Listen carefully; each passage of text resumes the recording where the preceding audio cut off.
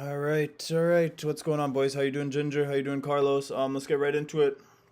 Fantastic day. We crushed almost everything. I personally made a lot more trades than I usually do in the day, but I mean, they were all working, so why not just push it a little bit, right? But anyways, fantastic day. We have a big resistance up top on SPY still. After a huge gap down, we did recover a lot. What's up, Steve-O? How you doing? And we did gap down all the way from yesterday's close 451. We opened today at 446, so about almost a $5 gap down, which is a big deal for SPY. What's up, Andrew? How you doing? A lot of the fear was priced in from yesterday, I'm guessing, like from Brainerd's speech yesterday. She kind of got the market ready for a bad FOMC, which I do think it was bad news, the FOMC. They did not say anything really bullish, in my opinion. They're doing more balance sheet reduction than they initially said they were going to do, or they're voting on it, whatever. And we did lose a 200-day SMA today, which is at 447.90. We closed below it by $1. So tomorrow's reaction will probably tell us where the market's going for the next couple of weeks. Today, obviously, they're not going to just let the market dump. There's probably a lot of people hedged for the FOMC. That's another reason Vanna made this rip right here. Other than that, tomorrow will be the tell on what's going to happen in the future. And for right now, as far as SPY goes, this is a little bit it's still healthy. I'd say it's still a little bull flag.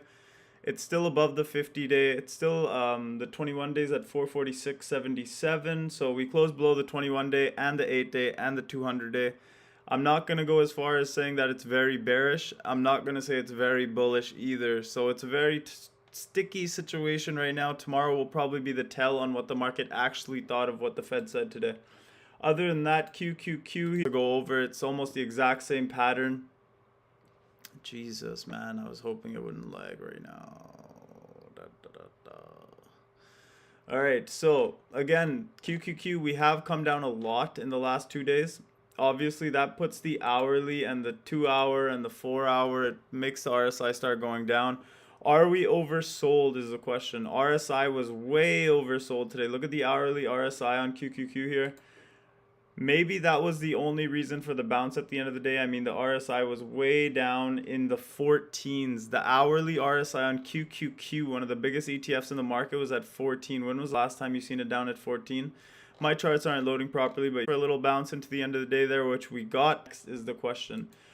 On the hourly, we were oversold, so they cleared up the hourly RSI. That's why stocks don't go straight up or straight down. They got to cool them off. They got to consolidate them. But as far as the 4-hour goes, the 4-hour is still, it's close. I mean, stochastics are leaning towards a bounce. RSI is not quite oversold, but it is leaning towards a bounce here on QQQ. So pay attention. At a green day, if we dump tomorrow, I don't think it'll go too far unless we just go sideways and then dump further, because they have to coolize. The 1-hour, like I said, was way oversold. 14 is way oversold. 30, anything under 30 is oversold. 14 is just ridiculously oversold. If you go on the 1-hour, obviously we were due for that bounce. We did clean up the RSI a little bit on the 1-hour. 4-hour isn't quite oversold, and the 2-hour is still oversold. So there should be a little bounce tomorrow morning. And does that bounce hold, or do we give it all back the same day is the question for tomorrow. So let's see what happens tomorrow. Very important day. XLF continues just being weak. Not even that much of a bounce at the end of the day there at all. So XLF is one to watch. If they do want to turn the market around, they want to show some strength, then XLF is probably the one they need. What did we do today? XLF perfectly filled this gap, I believe. So we have a gap on XLF all the way from March 15th, guys. That goes to 37.44. Low of the day today, 37.41. So XLF has filled that gap that we left back during the run. And now do we bounce from here or do we break down? Tomorrow will be very telling. If we lose today's low tomorrow, I would lean bearish on banks. If we hold today's low tomorrow on banks, I think we have a nice little bounce coming in them. They are oversold. T did enter that JPM. So if tomorrow XLF's low from today holds, then I'd be pretty confident in that play working. Other than that, IWM trash, big red flag, went back into the base, broke down again, ended with a little hammer candle, which is nice. But again, now we have gaps to the upside. So all these indexes, basically, they are oversold. Technically, they are due for a bounce. But how far does that bounce go? Do we bounce and fill, or do we bounce and go right back to these highs here? The more likely situation, in my opinion, after hearing the Fed is we bounce, we fill these gaps on all the indexes, and then we roll over again. Because remember, this gap is still all the way to 449 on SPY, 449.82. Today we closed at 446, so we need another $3 bounce on SPY just to fill that gap, and then we roll over. In my opinion, let's see what happens though. VIX massive hourly breakout. I showed you guys this on the post market yesterday. This is my favorite, absolute favorite bullish setup, is a falling wedge. We had a perfect one on the hourly on VIX, as you guys see here, and look at the follow through it got, guys.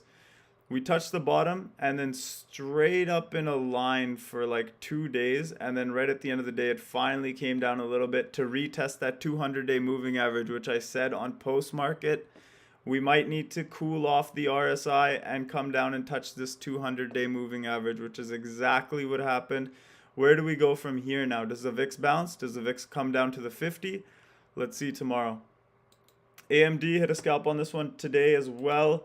We grabbed the 110s for April 14th just to be safe. Why did I grab it? Triple bottom intraday right here, as you guys see.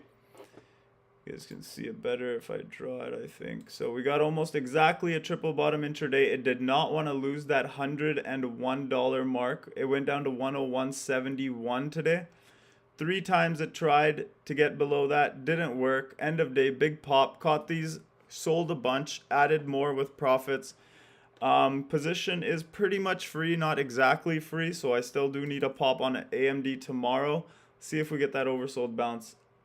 Facebook, another one we hit today, hit the 230 call Lotto.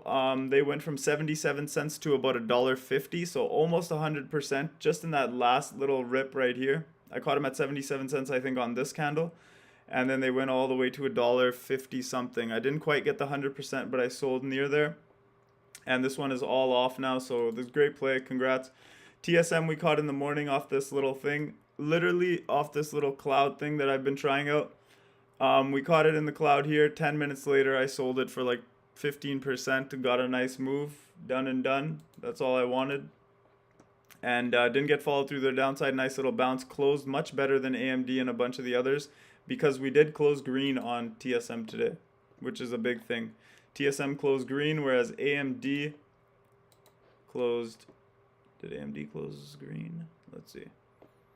AMD closed red. Facebook closed...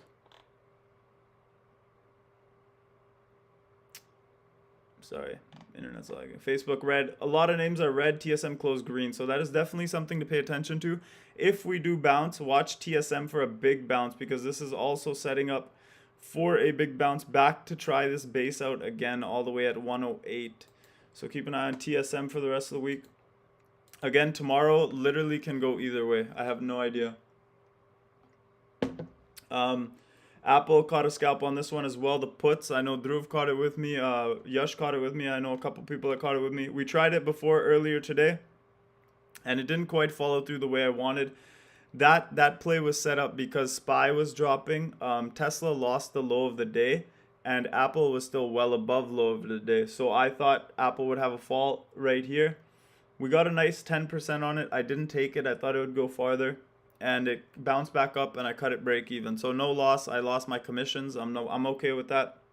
The potential gain was much bigger than that, so my risk reward was there. At the end of the day here during Fed, we got that big pop, caught the puts, caught about 30-40%. That's all we wanted, caught it, got out, and then we played the rip to the upside on Facebook and AMD. So pretty much a perfect day today.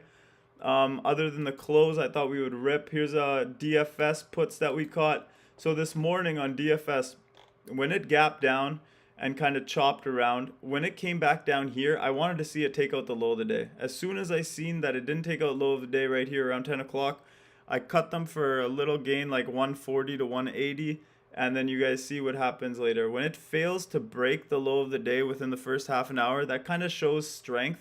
That's why I cut them and we moved on. But other than that, still profitable trade. I don't think I've had an unprofitable trade this month so far, even though it's only been 5 days. I'm going to try to keep it that way all of April. KRE, absolute trash. This is Regional Banks of America. Look at this chart, guys. This is a weekly head and shoulders breaking down, and this is an ETF of all the regional banks. So very clearly ascending wedge on the weekly.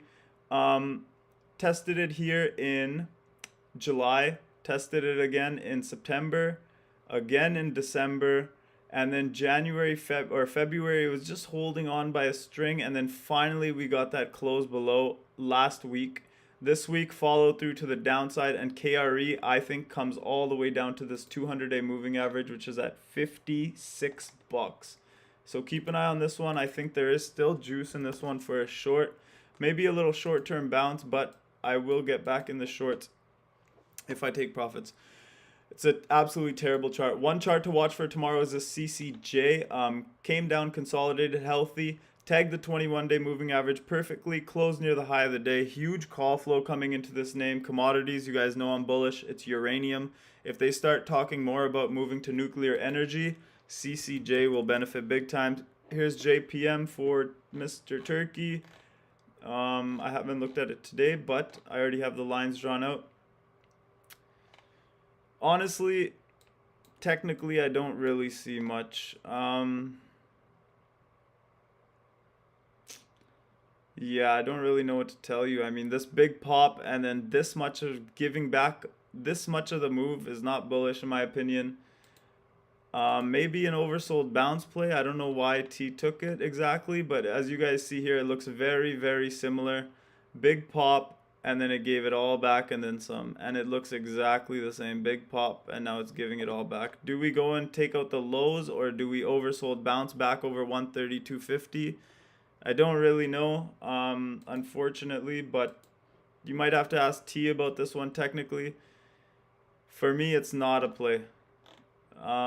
Let's see, weekly is what as you guys see here. I'm sure you guys are just playing it for a few days. I don't think you're going to hold it for the extent of the contract, but if you're just playing it for a few days, the 4 hour is very oversold. It is due for a little bounce here. How much of a bounce, I have no idea, but if you go back in history,